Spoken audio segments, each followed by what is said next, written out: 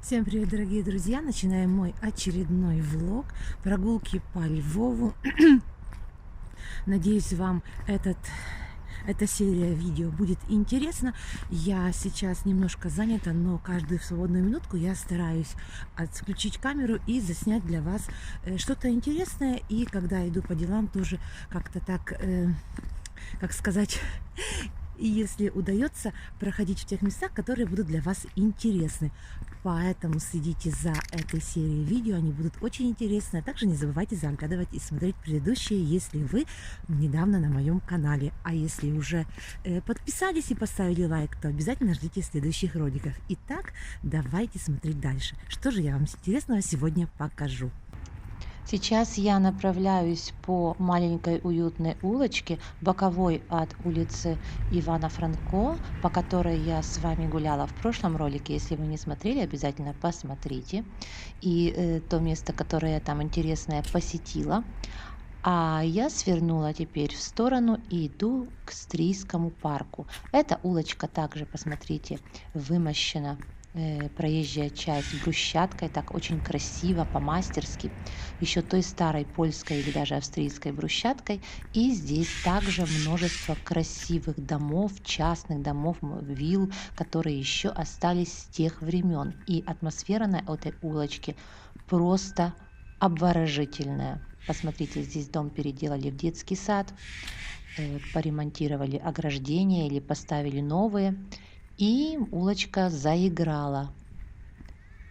Вот сейчас я направляюсь и вперед, и уже вижу впереди забор Стрийского парка. Если увидите вот такое ограждение, это ограждение Стрийского парка. И в 1952 году целый парк вот оградили такой черной металлической оградой, чугунной оградой. Раньше он не был огорожен. Парк этот начали строить еще австрийцы на месте бывшего кладбища, которое так и называлось Стрийским кладбищем. И потом парк, который на этом месте возвели, также стал называться Стрийским по названию той местности, которая прижилась уже в головах и сердцах львовян. Мы не будем сегодня заходить с центрального входа, зайдем с бокового, хотя оно тоже красивое, но от былой красоты, посмотрите, здесь мало что осталось. Вот, мало что можно прочитать и посмотреть, хотя видно, что раньше это выглядело довольно-таки красиво. Заходим, это верхняя часть Стрийского парка, в которой находится спортивный комплекс. Дальше, если пойдем, будет кинотеатр, будут фонтаны, рестораны, спортивный комплекс. А мы сегодня пройдем вниз в ту часть, которая более такая спокойная и, как сказать, в ней можно отдохнуть и уединиться. Сегодня в эту верхнюю не будем заходить, мне нужно пройти по парку и выйти с другой стороны, поэтому запишу вам эту часть парка и расскажу вам немножко, гуляя, буду вам рассказывать немножко то, что на тему парка мне известно. Итак, как я уже сказала, парк начинался с 30 гектаров, на которых посадили около 4000 разных экзотических деревьев, очень дорогих, и других растений.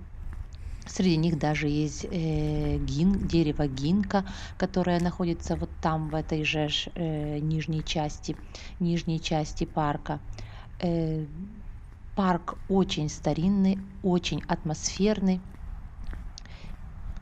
Но в те времена не удалось засадить целой территории парка, и на той части, на которой не было таких больших зеленых насаждений, решили открыть выставку, краевую выставку. Она называлась «Тарги всходни», то есть «Восточные торги», которая была и гремела по всей Европе. Сюда съезжались купцы, писатели, поэты со всей Европы. И для того, чтобы было удобно добираться в это место, даже провели первый в Европе электрический трамвай с вокзала сюда, в Стрийский парк. Представляете, какого масштаба торги проходили во Львове. Сейчас мы сходим по ступенькам вниз, и здесь есть источник воды. И когда иногда не бывает, отключают воду, сюда жители даже приходят с бутылками набирать эту воду, поскольку эта вода питьевая. Продолжаю свой рассказ. Так вот, по поводу этой выставки было построено здесь множество разных зданий, которые сохранились еще и до наших времен, хотя уже в таком очень разрушенном состоянии. Вот. Но масштабы этой выставки были очень и очень большие, и она была очень известной. Традиция устраивания таких выставок в Польше продолжалась до Второй мировой войны.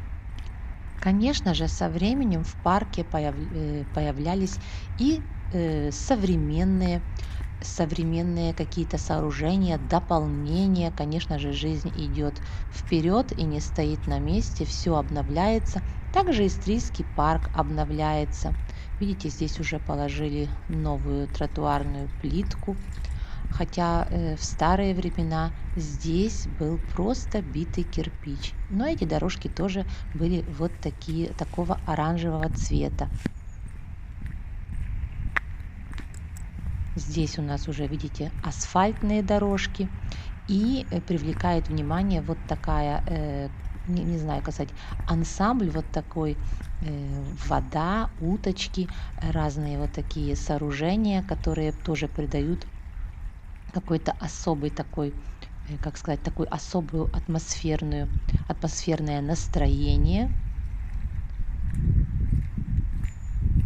Не знаю, кто это запроектировал, но вот так я как вижу, люди очень любят гулять вдоль этого мини-канала. Вот там даже есть мостик, впереди виднеется оранжерея. Истории ее я также не знаю. Кто знает из зрителей, обязательно напишите в комментариях. Посмотрите, вот такой прелестный мини-канал.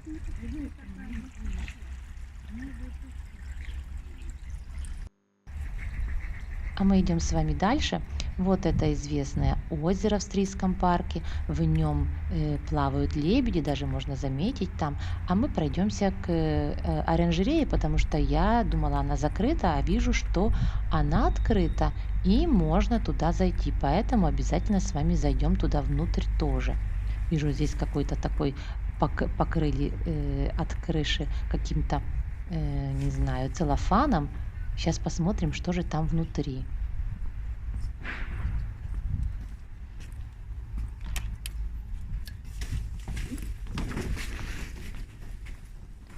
Как же здесь тепло!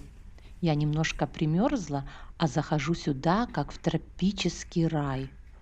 Очень приятно, очень тепло, легко дышится. Даже есть столик со стульчиками, можно посидеть, отдохнуть. Посмотрите, вот так из зимы входишь в тропическое лето. Кактусы, цветы цветут. Я просто в шоке. Как же приятно вот так просто зайти. И здесь маленькое озерцо. Плавают рыбки. Какая прелесть! Каждый может зайти, это бесплатно, полюбоваться, погреться. Очень прекрасная идея. Посмотрите, даже цветут красные. Это что?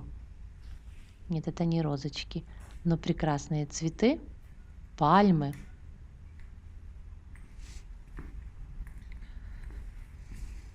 Шикарное место. Если кто-то будет в Стрийском парке, обязательно зайдите, загляните, полюбуйтесь, насладитесь.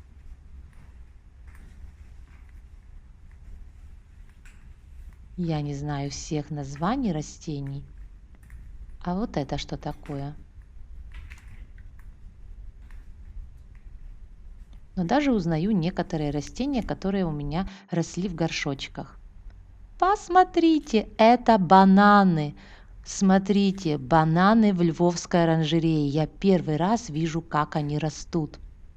Есть плоды. Посмотрите, это не просто банановое дерево, но там еще и грозди бананов настоящих. Вот такая оранжерея. Ну, это уже просто выше всяких похвал.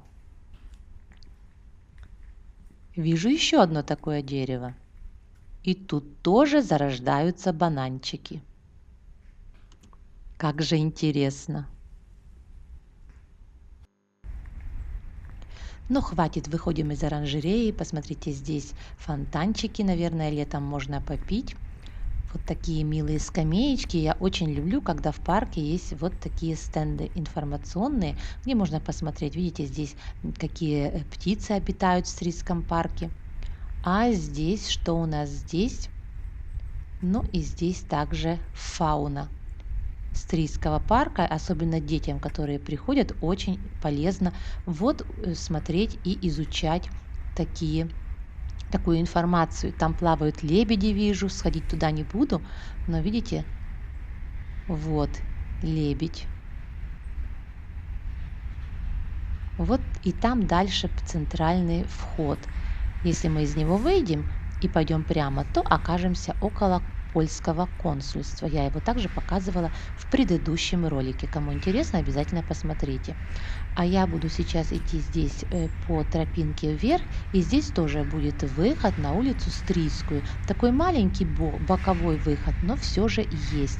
Так что даже если нужно пройти в другую часть города, можно спокойно зайти в Стрийский парк и выйти. Выходов много, и вместо того, чтобы идти по шумной мостовой, можно идти вот так по Стрийскому парку, отдыхать душой, наслаждаться растениями и двигаться вперед.